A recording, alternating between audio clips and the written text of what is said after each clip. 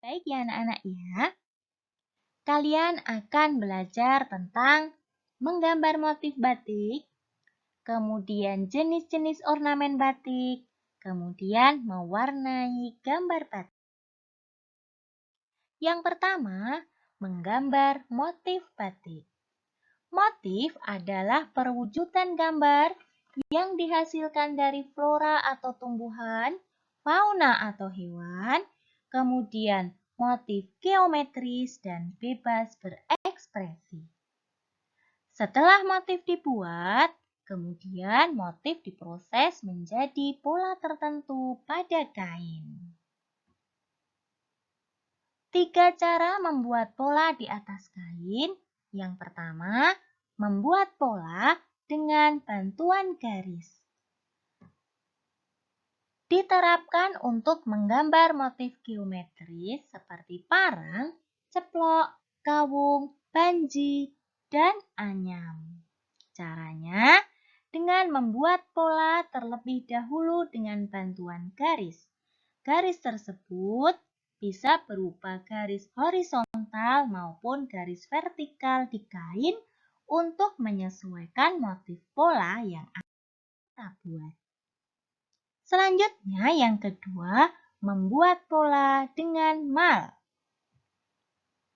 Menggambar motif pada kertas gambar seukuran kain, kemudian kain mori diletakkan di atasnya.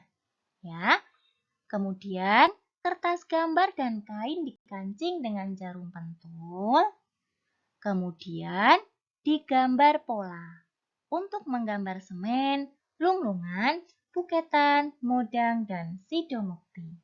Paham ya anak-anak? Ini gambarnya ya, ini contoh gambar lunglungan. Kemudian buketan. Selanjutnya yang ketiga, menggambar pola secara langsung. Dengan cara menggoreskan pensil secara langsung di atas kain mori sesuai dengan kreasi masing-masing yang dilakukan oleh ahli gambar motif batik pada saat menciptakan motif-motif batik kreasi baru atau modern.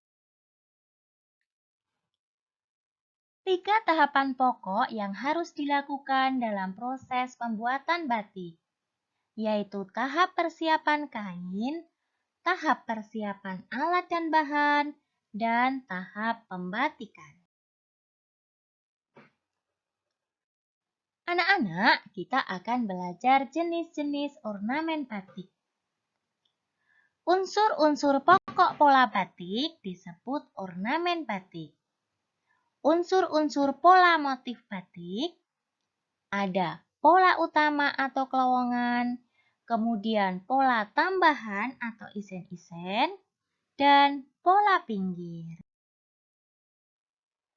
Anak-anak, kita pelajari satu persatu ya. Pola motif utama atau kelowongan yaitu pola yang menjadi dasar utama pada motif batik. Pola atau corak utama pada kain menjadi penghayatan pembatik terhadap alam pikiran. Jadi, pada bagian motif utama atau kelowongan ini merupakan ungkapan perlambangan yang biasanya menjadi nama motif batik. Misalnya alas-alasan, sidomukti, sidoluhur, dan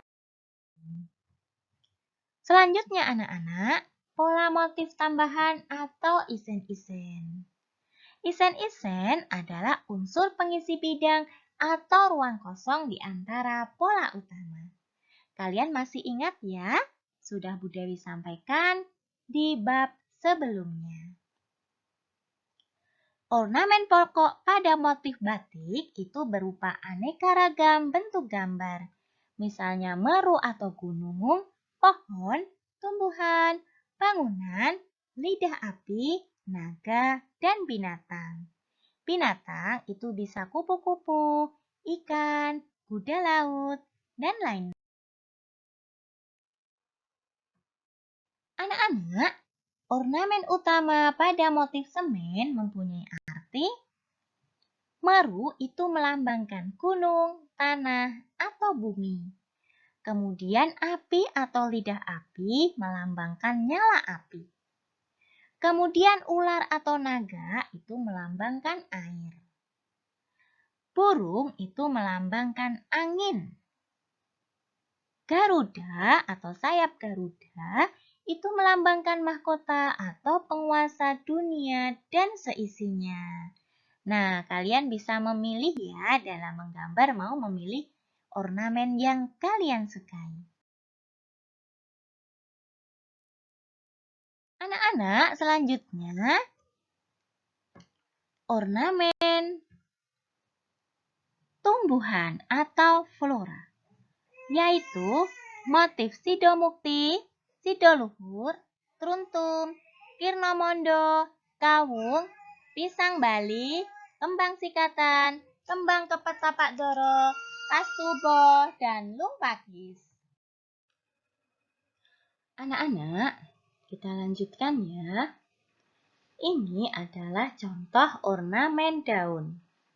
Kemudian ornamen bunga dan ornamen batang. Anak semuanya, selanjutnya pola tumbuhan. Ini contoh ya, contoh pola tumbuhan yang pertama ya, ini sudah komplit. Ada bunga, ada batang, ada juga daun. Anak-anakku semuanya, sampai di sini sudah paham ya? Selanjutnya anak-anak, ornamen binatang atau fauna. Terdapat pada motif peksi kablak, peksi dares, merak kinasih, gurda, kewan-kewanan, babon angrem, dan celengan. Biasanya dalam motif tersebut terdapat makna filosofi yang ingin diungkapkan oleh penciptanya atau pembuatnya. Nah, selanjutnya contoh motif ornamen Garuda atau Gurda. Sebagai lambang keperkasaan dan keberanian, Garuda juga menjadi lambang bangsa Indonesia yang perkasa dan gagah. Ya. Jadi Garuda itu sebagai lambang keperkasaan dan keberanian. Kemudian ornamen naga. Ya, naga itu merupakan sejenis ular khayalan. Ya. Digambarkan dengan bentuk aneh, berkepala menyerupai raksasa dan mengenakan mahkota. Kemudian ornamen kupu-kupu. Kupu-kupu itu merupakan binatang yang disukai anak-anak. Ya, kalian bisa menggambar motif kupu-kupu. Kemudian biasanya kupu-kupu itu dipadu padan dengan bunga. Selanjutnya adalah bangunan. Ornamen bangunan itu merupakan suatu bentuk ornamen yang menyerupai bangunan rumah. Ornamen bangunan ini terdiri atas lantai dan atap. Kelihatan ya anak-anak ya? Yang keempat adalah motif parang. Parang itu berasal dari kata karang. Karang itu merupakan batu yang kukuh di laut atau di pantai. Batu karang melambangkan kekuatan dan keteguhan jiwa seseorang. Para seniman batik ya, kemudian terilhami oleh batu karang tersebut. Sehingga ada beberapa jenis motif parang yang bisa kita lihat. Misalnya parang kusumo, parang terang bulan, parang centong, parang seling, parang rusak, dan parang gondosuli. Motif yang kelima adalah motif alam semesta. Hal ini terinspirasi dari peristiwa alam, misalnya air, hujan, dan ombak.